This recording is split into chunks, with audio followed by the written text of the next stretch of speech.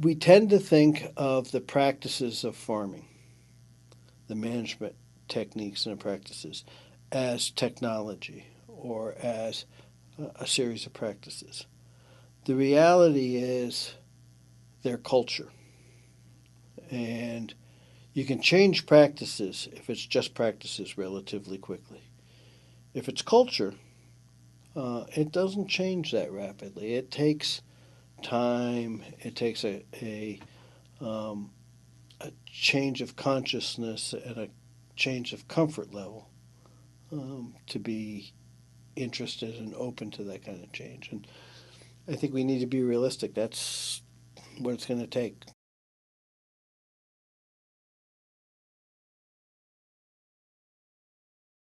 My name's Mike Sands, and I'd like to talk about a project that we're working on with the objectives to restore our degraded pastures at the farm that improve the productivity and the watershed health down below, while at the same time enhancing the profitability of the farm.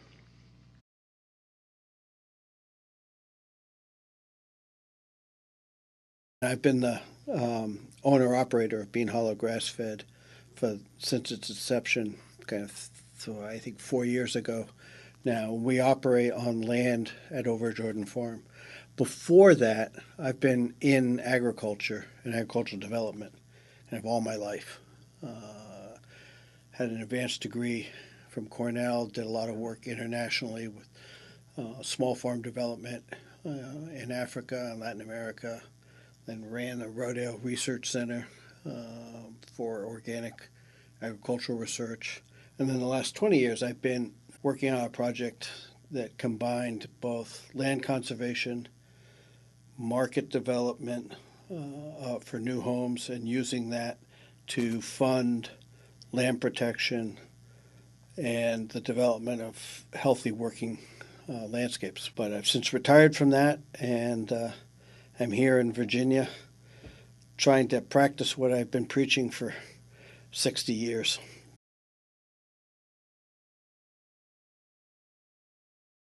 Over Jordan Farm was purchased by my in-laws some 34 years ago now. And my mother-in-law wanted to run sheep. She had been a hobby farmer in Connecticut prior to that. And for about 18 years, ran a commercial polypay sheep flock and was one of the early pioneers in Northern Virginia with people like Leo Tammy and others in developing a sheep industry here. They're now 88 and 89, retired, obviously, had to give up the farming. They still think of Rappahannock as home and want to live out their life here, but couldn't afford to manage the farm. So the farm for the last 12 years has been leased out to a neighbor, but not with a very intensive management, particularly towards natural resource management and natural resource conservation. So when we moved here, in part to take care of them as a kind of primary responsibility, the farm was there, and we started to look at it. Is this something we wanted to work with? And my interest was looking at it. It was a farm that basically for 12 to 13 years had been started to run down. Infrastructure had been degraded and not kept up. But more importantly, the soils and the pastures had been abused, maybe a too strong a term, but really hadn't been cared for. And that's a situation that's very common across the Piedmont and the kind of Chesapeake Bay watershed. And if you start to look at the bigger issues of the Chesapeake Bay and think about how do you start to address that, you need to go all the way back and start to address how do you manage that natural resource base upstream of that in the watershed. And I'd worked enough with livestock that I had the idea that we could actually turn livestock into a productive tool in our pasture and soil management, and make money doing it. My goal is not to create a system that requires outside subsidies, but creates a system that is profitable to the farmer while at the same time enhancing that natural resource base. So we started to play with that idea of how could we use this farm to test some of those ideas in kind of practical ways that other farmers could look at.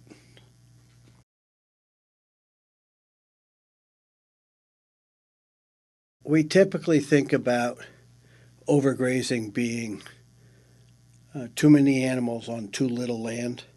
The reality is it's more nuanced than that. You can overgraze with one animal if you put it in a situation that it constantly selects one or two species and ignores the rest. And so what happens is you get these kind of very patchworky systems where you have bare soil in some places, and then areas that are full of weeds, not particularly productive. What happens with that is you get a whole series of conditions. You get soil compaction, and that translates into water runoff when we do get rains instead of absorbing into the soil and serving as a base water flow for streams and ponds and stuff. It actually runs off as stormwater.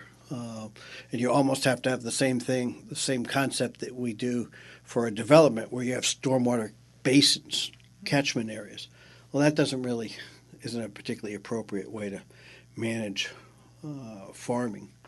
And so the goal is to open the soil up in a way that it can absorb water, and there's a complementarity that as you open that up, you get a much greater growth of pasture grasses, much better diversity of plants, and that greater diversity of plants then slows the water down. When it does rain, their roots start to open up the soils, and so you get just a feedback loop that's a positive feedback loop as opposed to a negative feedback loop.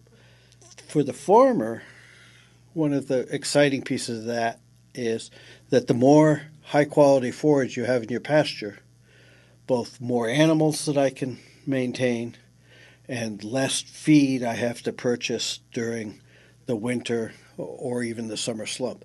So that translates to profit for the farmer.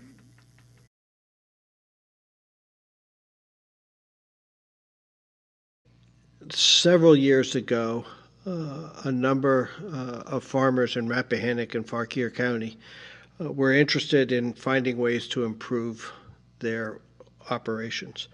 We had some interaction with a group called Holistic Management Institute that provided some facilitators, and over the course of a year and a half, almost 2 years, we had a series of seminars and workshops on holistic resource management, which is the intent is to look at the whole farm and the larger watersheds and landscapes as opposed to simply focusing on individual technologies. We started with a bunch of pasture walks where we visited each other's farms, and out of that grew an interest in trying to develop a project where we could actually take some measurements and try to demonstrate the positive impacts of some of the improved practices. My particular interest is I was already starting a new business enterprise, a new farming enterprise, Bean Hollow Grassfed at Overgrazing Farm. And I knew the components of the various technologies that I wanted to incorporate. I wanted to have an intensive pasture rotation. I wanted to include warm season grasses to address the summer slump in the cool season grasses. And I wanted to stockpile forage so that I could extend my grazing season into the winter. Those were the goals the question came, what are the technologies, what are the infrastructure investments that you need, and then how do we actually document the impact? And working with the Piedmont Environmental Council, we became aware of the opportunity for what's called a Conservation Innovation Grant from Natural Resource Conservation Service to fund the measurement component of a project like this.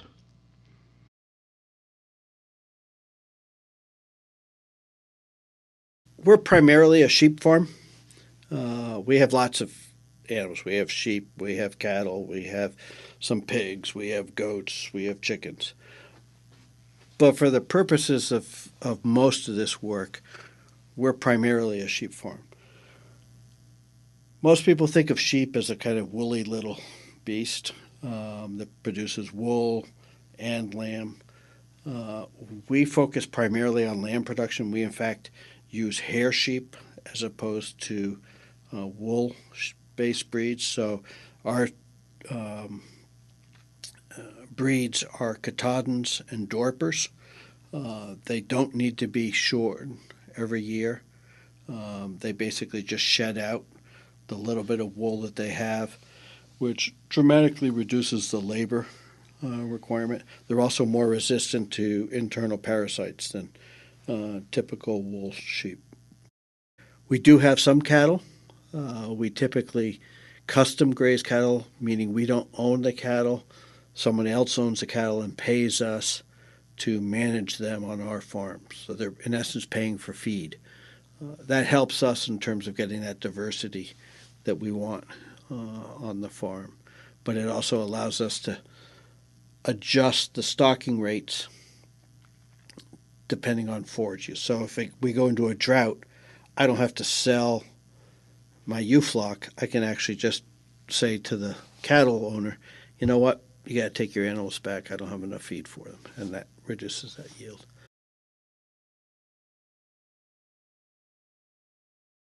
When we talk about kind of grazing impact on soil, for the most part, it's an indirect impact. It's via the plants that the animals are grazing. Cattle love grass, straight grass. If you gave a cow a choice of a single grass like orchard grass, 18 inches high, or a mix of a whole bunch of different things, again, 18 inches high, but lots of broadleaf in there, and legumes and alfalfa, they'd pick the grass. If you did the same option for the sheep, they'd prefer the broadleafs, the legumes, and then they'd eat the grass. So when you put them together, you actually have a more complete utilization of the forage, the diversity of the forage that you want, because from an ecological perspective, I want legumes which are fixing nitrogen, making nitrogen available to the grass, and completing cycles like that.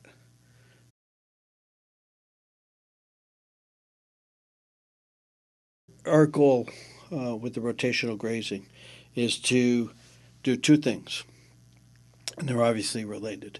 One is to have a significant impact, a disturbance in the field where they're grazing, when they're grazing. But at the same, because that stimulates more activity, more regrowth, more regeneration, both in terms of carbon, but also in terms of quality of the grass for the next grazing. Coupled with that, we would like a longer rest period so that the plants have the opportunity to really regenerate their reserves. So what we do is I have 10 larger paddocks, permanent fencing on 10 paddocks that range in size from, I think the smallest one is 7 acres, and the largest is probably 14 acres. What we do then is, and because I work a regular job, I manage my practices to kind of when I have time and when I don't have time. So what I do is on the weekend, I'll spend about 2 or 3 hours setting up my kind of individual daily paddocks. So let's say I'm going to, in a given week, I've decided I'm going to rotate them every day. Each day they're going to get a new piece of pasture. That means I have to create 7 paddocks. And those are typically a couple of acres, 2 acres. And I do it with what's called polywire. It's basically a little rope, a plastic rope with wire in it. And it's on a reel, and I literally just walk across the field, stick in temporary plastic posts, step-in posts, and I can probably do 7 paddocks in 2 or 3 hours, and move the water, so the water's all set up, everything's all set up. Move them in on Sunday morning into the first paddock. Then the rest of my week's work is literally I come out on Monday morning before I go to work. I open up one end of the fence. The sheep all come through. I close that so they don't go back, and they're there with their water and their minerals and a day's worth of grazing. The next Tuesday morning, I simply move down the line and do that. That allows me to have very minimal labor in terms of the management of the grazing. It probably takes me, say it takes me 3 hours on the weekend to set it up, and it probably takes me, with feeding the guard dog, looking at all the animals, checking on a couple of things, checking the water, moving them, probably takes me 45 minutes from front door of the house back to the front door of the house. So it's kind of 45 minutes to maybe an hour a day before I go off and go off to the regular work. So it's a fairly quick and easy process. But by having it split into those very small segments, I won't be back on that parcel of land for 35, 45, as many as 60 days, depending on the productivity of the fields and how big the paddocks have to be.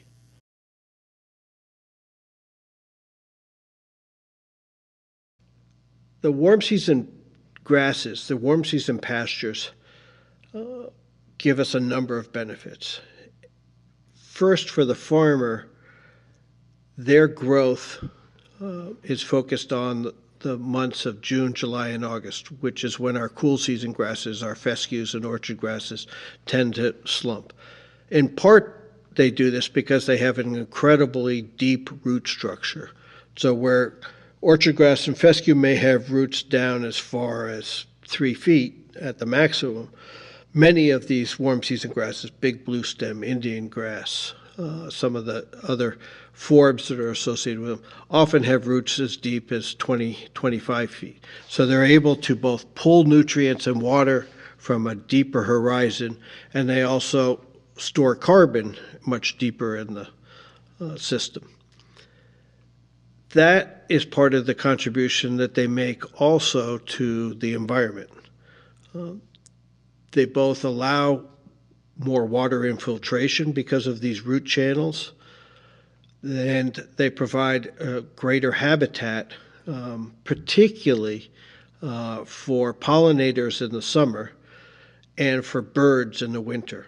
They provide an enormous quantity of seeds and protective structure that overwintering birds can use in this environment.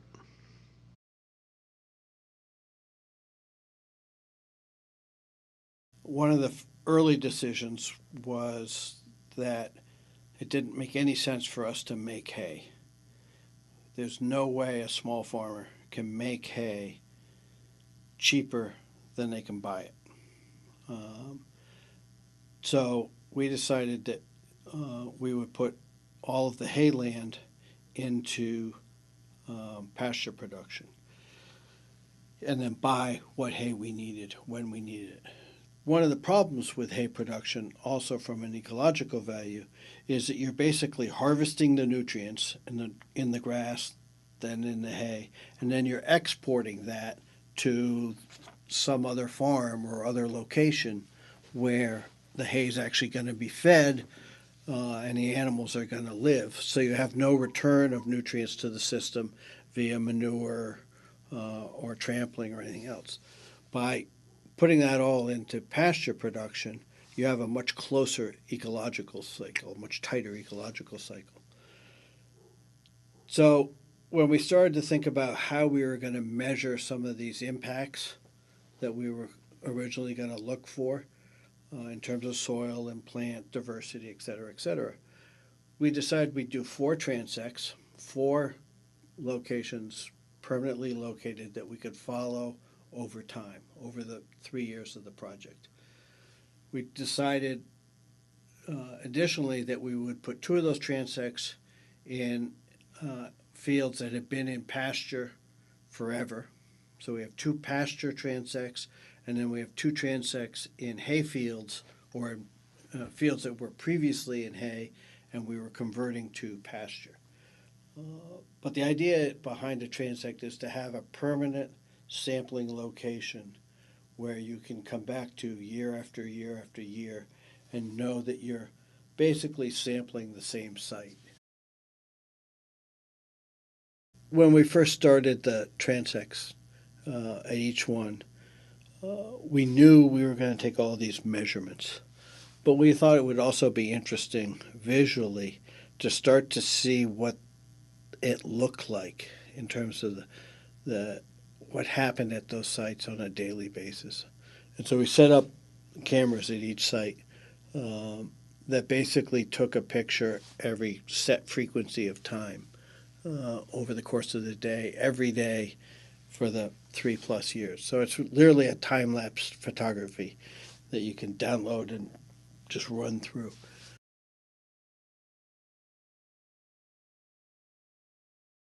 At a gross level, we looked at soil, plants,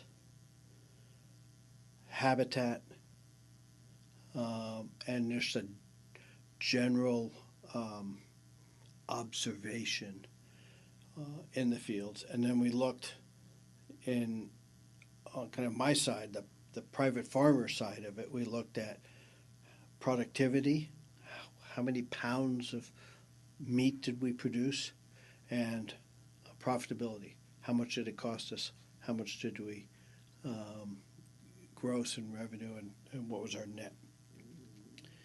Within each of those general areas, there's a myriad of different measurements that we took. If you just tick off some in soil. So we looked at soil organic matter. We looked at soil chemistry. We looked at soil physical characteristics. How hard was it? How compacted was it? We looked at the biology of those soils. What were in there? There were earthworms. There were bacteria. There were protozoas. There were fungi. How many? What kinds? What were the relationships between those? All of that data is a list of probably 20 characteristics under the gross heading of soil. Similarly under plants, how many grasses, what kinds of grasses, how many legumes, how many weeds, how many non-weed broadleaf plants. It just goes on and on. But as you pull that apart, that's where you start to understand what happens.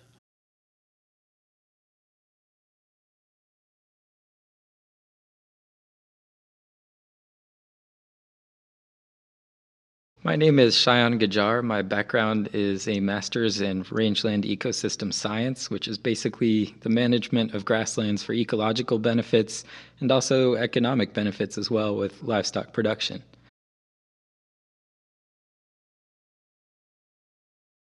So the way the protocol was written was actually really fun. I would take a hula hoop, and you want a random sample. Subconsciously, if you're a grass person, you'll always want to go for the tallest, prettiest grasses out there. So to make it a random sample, you throw it, and you're not looking where it's going, and where it lands, that's what you sample. So I would throw a hula hoop 9 times, and then we take different measurements on the height of the vegetation, the height of weeds, the tallest parts of it, the shortest parts of it, kind of get a map of the topography of it, and then take it down to the species level.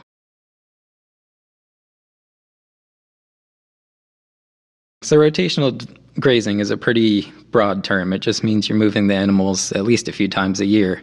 But the way Mike is managing, he's moving them several times per week. And when you put a lot of animals into a smaller area, they have to kind of compete with each other to get the best foods, and obviously not all of them will win.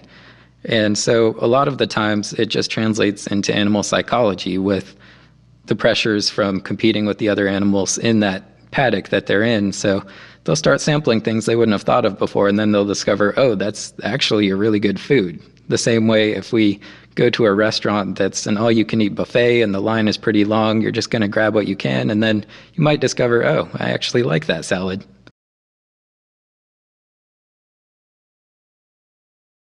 Virginia has such an abundance of biodiversity in such very small spaces that in just one of those little hula hoops, I could get anywhere from 10 to 18 species in just that one plot. And one complication of that is that you do get a lot of annual species that they pop up for a month or two and then they're gone, and you will pick those up in your measurements as noise. So what you have to do is look at indicator species that are of economic or ecological importance to the site where you are. And for this project, I'm still crunching the numbers, but it's pretty conclusive on a number of the indicators I'm looking at, orchard grass being one of them. Orchard grass is economically central to the state of Virginia. We used to be basically the capital of that grass. It's very useful for livestock grazing, making hay, things like that. But one of the key things about it is that it does not tolerate overgrazing. It's not a particularly forgiving grass if you abuse it. And what I'm seeing at Bean Hollow is the orchard grass has been consistently increasing over time. Not massive amounts, not giant jumps, but it has been increasing in the plots to the point where I'm noticing it even without just looking at the numbers. Looking at the pasture, I'm saying, oh, there's more orchard grass there. And that's a very healthy sign. That indicates that the way the grazing is being managed is such that the grass has more than enough time to recover from defoliation or being grazed. Being grazed is pretty traumatic physiologically for a lot of grass species, and when you give it a good amount of rest, the way Mike does, it's going to bounce back. Another thing that I'm seeing a lot of is red clover. Red clover is basically kind of a leguminous counterpart to orchard grass. You don't really see it if a pasture has been hit too hard, whether that's by cattle or sheep. So I'm seeing a lot of red clover still, and there are many extension publications, and there's a lot of research in the region that says, oh, if you seed clover into your pasture, don't expect it to last longer than a few years, maybe 5. And his shows no signs of slowing down. It's fixing nitrogen into the soil, so it's an organic soil amendment. All in all, that's a very good sign as well. Another species that I was looking at is buttercups. Buttercups are ubiquitous in Virginia. They contain chemicals that cause inflammation of the esophagus in grazing animals. They make for very pretty pictures because in spring you'll see those yellow flowers pop up, and non-grazing people think that's a delightful scene. But if you do see it in a pasture, what you're actually looking at, if there's an abundance of it, more buttercup than grass it seems, is overgrazing. Again, so with buttercup, it tends to like a lot of sunlight, and it does very well in situations where a pasture has been scalped going into winter. The buttercup will pop up, and eventually what will happen with that is your animals will stop eating much in that pasture except for the most palatable species, leaving nothing but buttercup behind. So when you see buttercup in abundance, it's a sign that past management has not necessarily been the best. Now, going into the project in 2014, there was a good amount of buttercup all over the property. And now in 2016, in the last measurements I did of the 36 quadrats, I found 1 buttercup plant total, and it was a very small, sad-looking thing. So I'm always happy when I see that kind of decrease.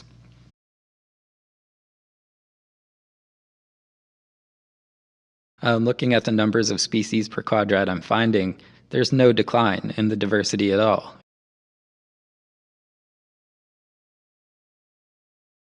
One important thing to note about the word weed is it simply connotes a plant that you don't want there. There's no scientific definition of a weed. It's just we don't want the plant there.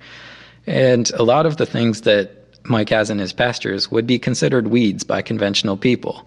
And that's where they're missing out ecologically and financially, because Mike's sheep and his cattle now too, the way he grazes them, they're forced to pick more diverse foods. They can't just resort to fescue clover again and again. They eat a lot of different things out there, to the point where every time we are sampling, I have to ask Mike, do you consider this one a forage or a weed? And he'll more often than not say, oh, my sheep love that. Annual ragweed, for example. People despise the stuff. It'll pop up in your pasture. It's unsightly.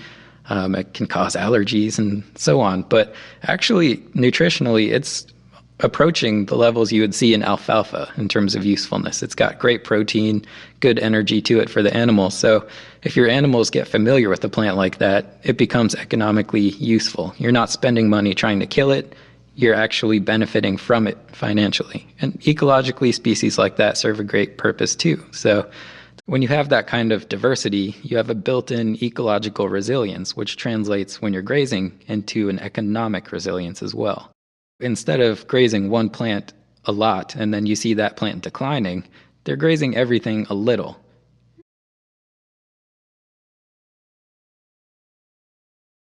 So when I look at the results of the past 3 years, the challenge is to really decide whether we're making a difference. I look at the results as a scientist, and I can't prove the improvements we've seen. I look at the results as the farmer, and I can see the difference in productivity. I can see the improvements in the animals. I can see the improvements in the pasture. I can see the improvements in the wildlife use of the fields. So we're not there yet in proving this as a scientist, but as a farmer, I can see the difference.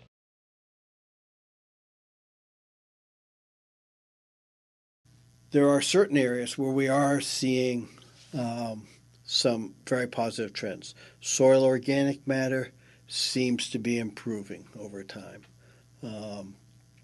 The general soil health index, which is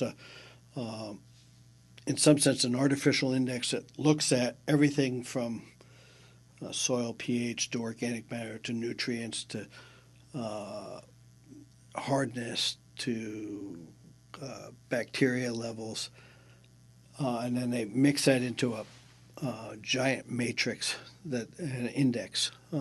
That soil health index is tending to improve over time. And we're seeing improvements in habitat. The bird populations have dramatically improved. If you come out now, there are meadowlarks nesting all through the fields. There are a number of the field birds, the prairie birds, grassland birds that are at risk in terms of their population numbers in the Piedmont region that are actually increasing in numbers on these kinds of farms. Pollinators, butterflies, bumblebees, etc., are all increasing.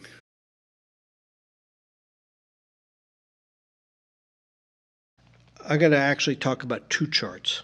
The first table is the investments we made in infrastructure.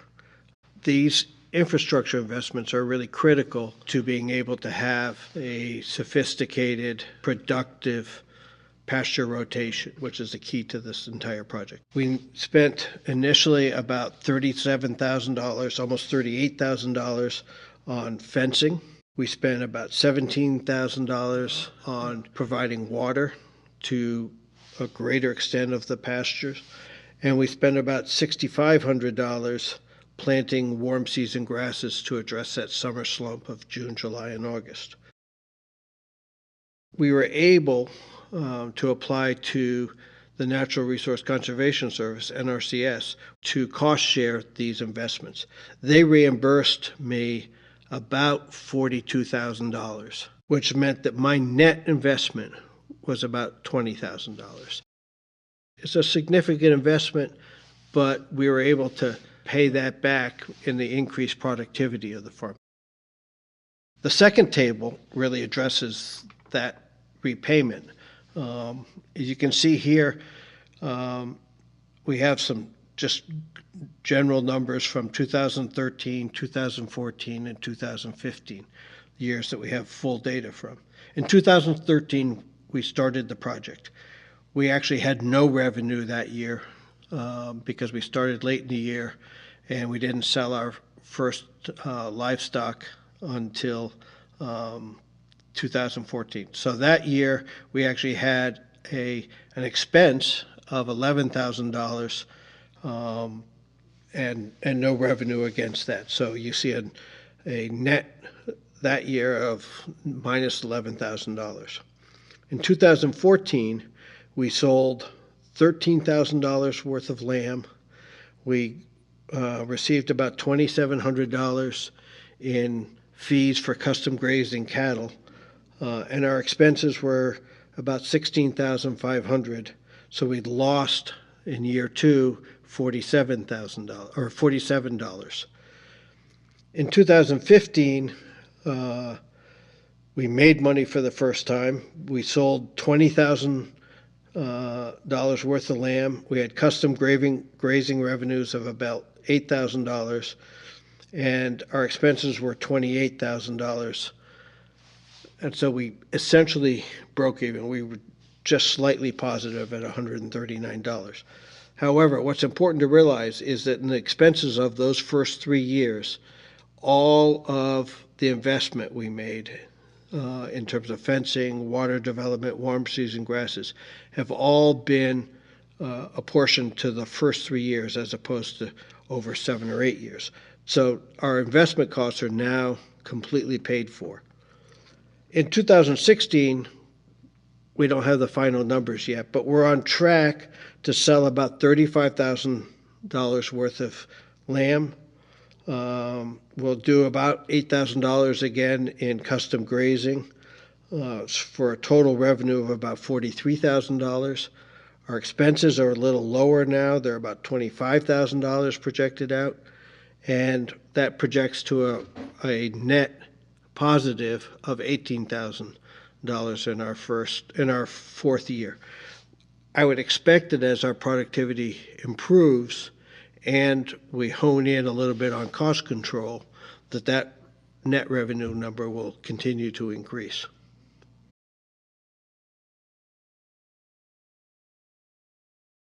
If I was going to do anything differently, if I was a farmer that was going to start changing this, the things that I would focus on are I would add sheep to the mix because you can get a bounce in productivity of about 20% adding sheep into the mix with cattle over just having cattle directly. Interestingly, you don't get the same bounce going the other way. If you're a pure sheep farm and add cattle, you only get a bounce of about 5 to 10%. Number two, I would focus my water supply stuff on a cheaper system of above ground poly pipe as opposed to burying permanent lines. And I would encourage the planting of the warm season grasses. How much warm season grass do you want in your farm? I think is an open question. We used just a very rough calculation, a kind of back of the envelope calculation, which said, okay, there are 3 months of the year where the fescue is really not productive: June, July, and August. So 3 months out of 12 total months is 25%. So let's shoot for 20 to 25% of the farm, of the pasture, to be in warm season grasses. Is that the right number? I don't know. But there's absolutely no question that the impact of having warm season grasses and the ability to get weight gains, for instance, on cattle of 2.5 to 3.5 pounds per day over 90 days when your neighbor on cool season fescue may be getting a half a pound a day. That's a big jump, and even with cattle prices as low as they are today, that's worth a lot of money.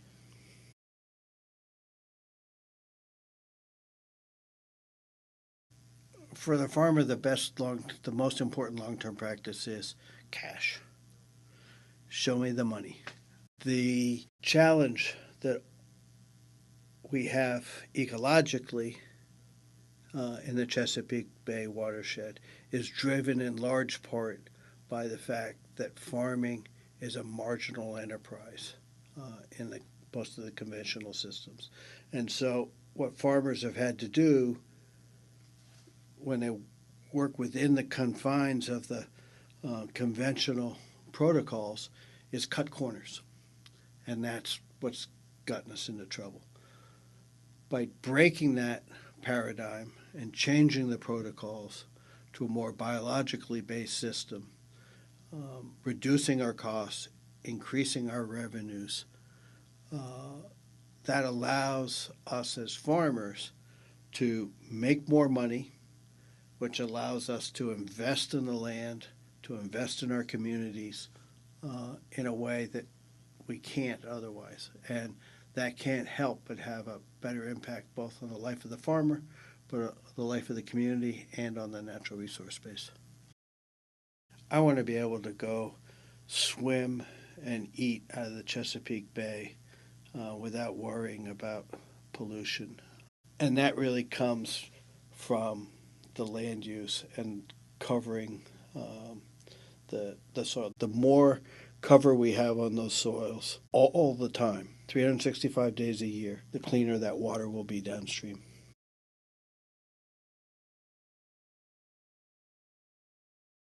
Ultimately, if I had to reiterate anything, just once again, it comes down to culture, and you have to retrain your eye. And it's the same way with native grasses. A lot of people are used to a pasture that's 6 to 8 inches tall and the same color of green, but native grasses, you have to kind of shift your paradigm. They're 6 to 8 feet tall sometimes, and they can serve many, many purposes economically and environmentally, as we've heard.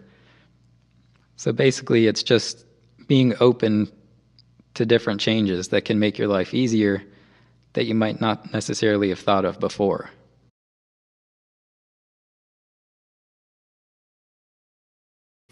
It's not as much work as you think it is.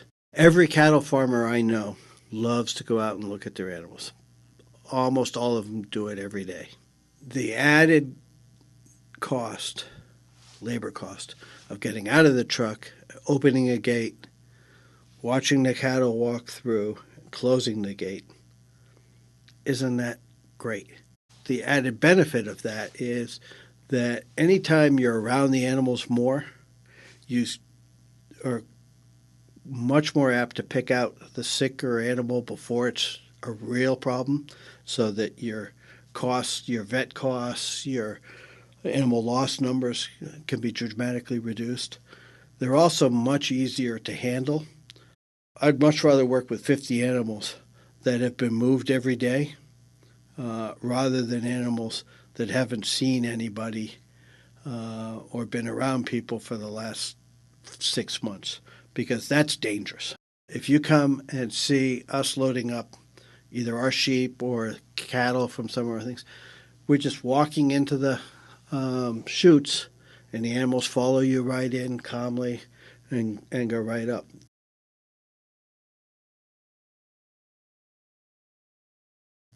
A number of us have talked, and in terms of the actual practices, the management practices, we're going to continue those. Those were not designed just for the study, and then we were going to be able. So we're going to continue the practices.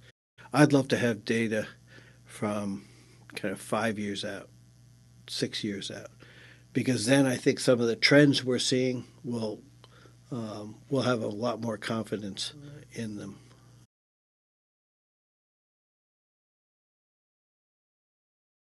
The grazing community in Virginia, people are looking at things with this kind of paradigm of win-win environmentally and economically.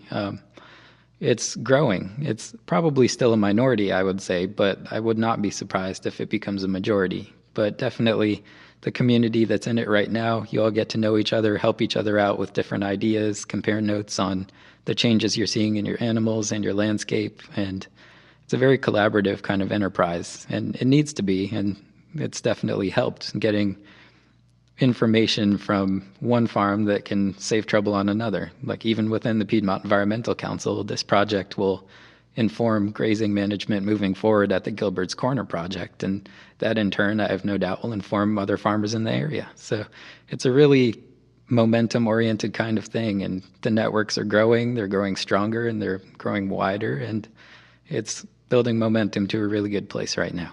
People often ask, are you a pessimist or an optimist?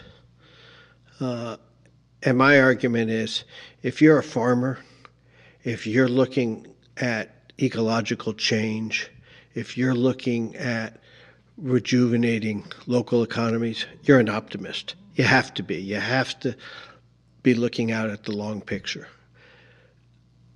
The kind of work that this project does has a short-term impact on an individual farm, but it also has, more importantly, a larger impact on serving as a focal point that brings different people together, that allows people to have a common point of reference in larger conversations, to bring farmers together with ecologists, to bring landowners together with laborers, to bring any number of different groups together and see where they have common interests as opposed to different interests. That ultimately is where we're going to see change. And this project is just one way to start that ball rolling.